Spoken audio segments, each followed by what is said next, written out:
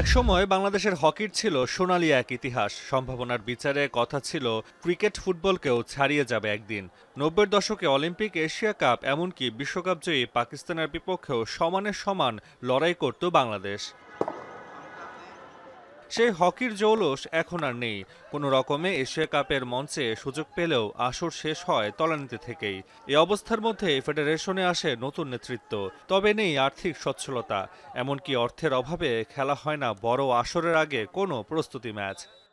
চিন্তা ভাবনা হালকা ছিল, কিন্তু আমাদের আর্থিক মানে অসহায়তার জন্য আমরা কোনো প্রস্তুতি ম্যাচ খেলতে পারবো না, টিম যেতে পারবে না কোথাও। যদি এশিয়ান কাপে যায় সেক্ষেত্রে এশিয়া কাপ তো অনেক পরের কথা, এখন ওটার জন্য এটা এশিয়া কাপের জন্য টাকা জোগাড় করতে হবে। আমাদের তো ফান্ডিং খুব খারাপ, হকিতে ফান্ডিংয়ের খুবই অভাব।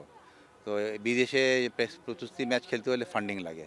তো আমরা যদি ফান্ডে না কুলায়, তখন ওটাকে স্যাক্রিফাইস করে টিমের প্র্যাকটিস আমরা এখানে করাই আর কি। অনেক সময় বলে তোমাদের থাকা খাওয়া আমরা দিব, বাট প্লেনের ভাড়া তো আছে, পকেট মানি তো আছে, এগুলো তো সব দিতে হবে। এটা তো কম টাকা যায় না এখানে।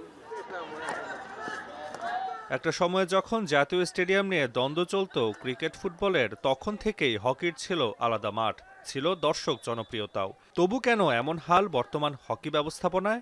কোনো কারণে এটা জনপ্রিয়তা কমে গেছে। আমি আমি নিজে যখন এই মাঠে, তখন টার্ফ ছিল না, আমি খেলছি, এখানে দর্শক ভর্তি থাকতো গ্যালারিতে।